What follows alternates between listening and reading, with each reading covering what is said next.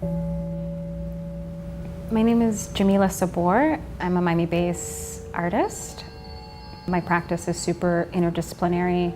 I always say any means necessary. The title of my installation, it's called Un chemin escarpé, a steep path, and it's a 5-channel video. I knew I immediately wanted to do something multi-channel, thinking through the multiplicity of an experience, of a space, in a sense like building a painting. Escarpment means steep slope. It occurs at the edge of a plateau. The shape of the installation, I'd describe it as experiencing multiple elevations. Your body, as a viewer, you're sort of moving through this terrain. The word really shaped how the installation was constructed. The rhombus form I've been working with for some time now and become obsessed with the shape.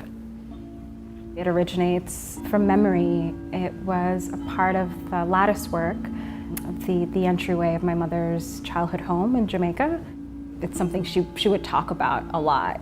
She would hide the key in a part of the corner. I always thought of it as this threshold space. I think about the shape as a tool. It's just this extension of my body, it's this portal, it's a way of navigating through the spaces that I'm in.